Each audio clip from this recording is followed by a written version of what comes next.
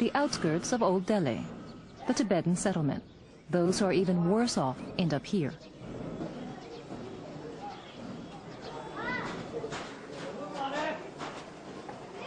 The Shugden family was literally chased out of their residential area. About 100 people attacked us. Had we gone out of our house, they definitely would have killed us. Fanatical followers of the Dalai Lama tried to burn down this family's house. They successfully forced these people who revere the deity now banned by the Dalai Lama to flee. They lost everything. This family are pariahs of the Tibetan community in India. They broke into our house and destroyed everything. They smashed the china, demolished the TV with stones, wrecked the fridge, all the windows. They destroyed everything.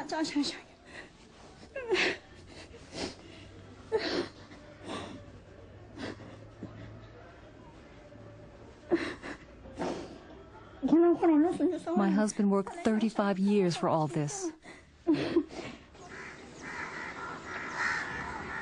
Only few victims are willing to speak out against this persecution.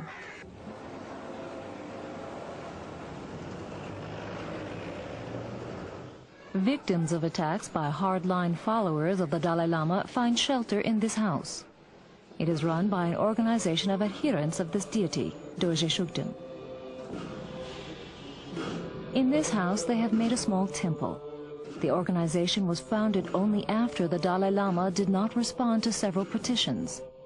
Death threats and insults are the order of the day.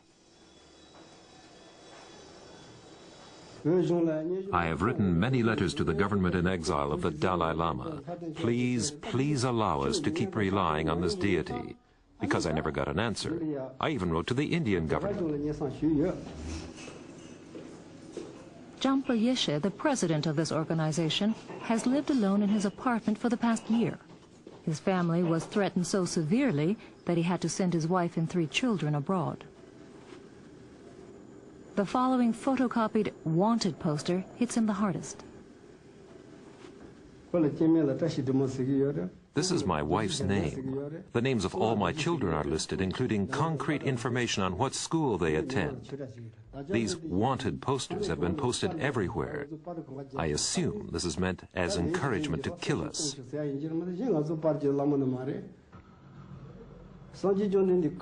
We came to India because of our religion. We gave up Tibet to preserve Buddha's teachings. That's why we fled.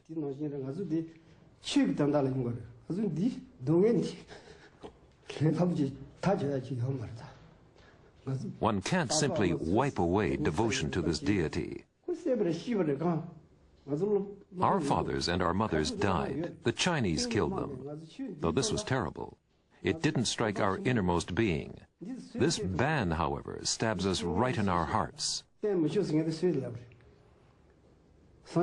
proclaimed this ban? Have we come to the point where we are no longer allowed to follow the teachings of the Buddha? From father to son, from generation to generation, from master to master, this pure tradition has been passed on.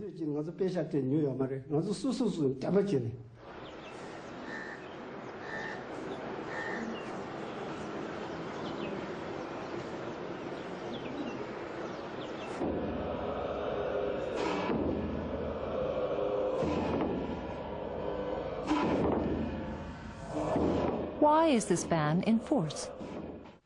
Tibetan Buddhism, such a profound tradition, but that due to the way of this practitioner of this spirit, such practice, you see, there is danger of degenerate Tibetan Buddhism into a spirit worshipper. This is an oracle of the Tibetan deity Nechung. The Dalai Lama keeps calling on him and other oracles. It is these oracles who propose the ban to the Dalai Lama. These are the reasons for the ban given by the Dalai Lama to the Tibetan people.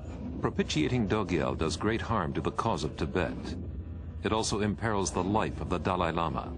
May 1996. Are you aware of the potential for violence that your ban contains if the Tibetans think that your life is in danger? No. So they will get very, very... No. He continues to bring up this subject in public discussions. A commission of his government in exile found no wrongdoing against the worshippers of this deity. Everybody, you can ask, the majority, I think 99%, completely agree or follow. This is my sort of advice. And from this, from this side, no single record about violence. The widespread image of a happy, non-violent old Tibet is a romantic myth. The country was strictly organized hierarchically, ruled by clergy and nobility. Draconian physical punishment was customary. That, too, was the old Tibet. For the past 350 years, the Dalai Lamas were worldly rulers of the country. They lived in the magnificence of the palace. It was unacceptable to contradict the Dalai Lama. Private audiences were virtually unobtainable for common Tibetans. Dharamsala in northern India. Today, the Dalai Lama's seat of government in exile is at the foot of the Himalayas. His residence has become more modest, but he has formed a government with ministries and a parliament of its own. The Dalai Lama presides over it. Thupten Lungring is vice president of the parliament. 3/4 All important decisions need a 75% majority. major decision. Has there ever been a decision against His Holiness the Dalai Lama? No. Would you ever think of a decision of the parliament against His Holiness the Dalai Lama? No. The personal ritual monastery of the Dalai Lama.